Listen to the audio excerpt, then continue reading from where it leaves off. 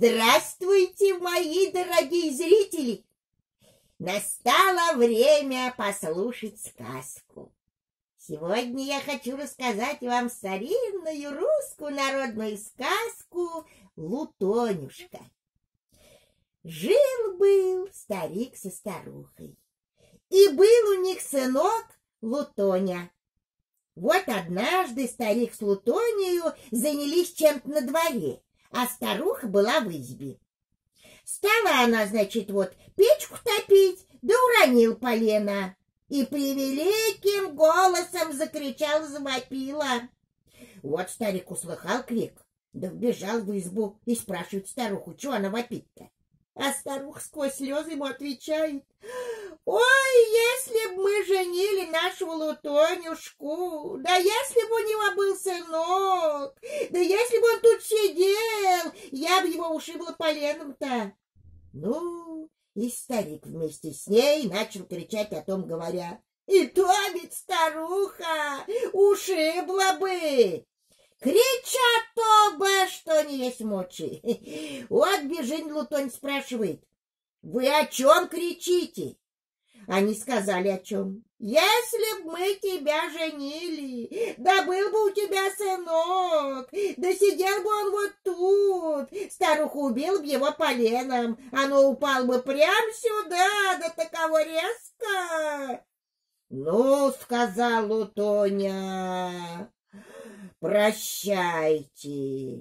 Если я найду глупее вас, то приду к вам опять, а не найду, не ждите меня». Взял шапку и ушел. Шел и видит, мужики на избу корову тащат. «Зачем вы корову тащите?» — спросил Лутоня. Они сказали ему: «Да вот, видишь, сколько выросло там травы-то». «Ах, дураки набитые!» — сказал Лутоня. Взял, залез на избу, сорвал траву да бросил корове. Мужики ужасно тому удивились и стали просить Лутоню, чтобы он у них пожил да поучил их. «Нет, — сказал Лутоня, — у меня таких дураков еще много по белу свету». И пошел дальше.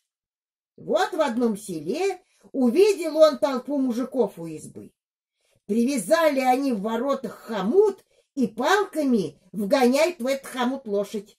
Умаяли ее до полусмерти. «Ну что вы делаете?» — спросил Лутоня.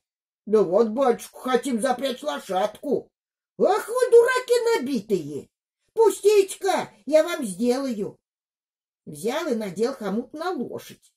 И эти мужики с диву дались ему, стали останавливать его и усердно просить, чтобы остался он у них хоть на недельку.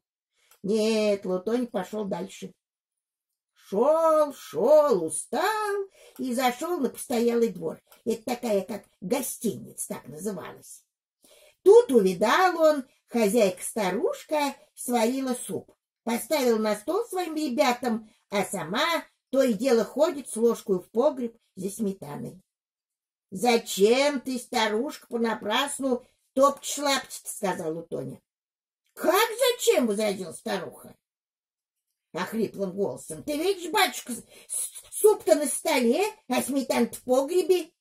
«Да ты бы, старушка, взяла и принесла сюда сметану-то. У тебя и дело пошло бы по масличку». «Ой, и то, родимый». Принесла она в избу сметану, посадил с собой Лутоню. Лутонь наелся, залез на палате и уснул. Когда он проснется, тогда и сказка моя даль начнется. А теперь пока вся.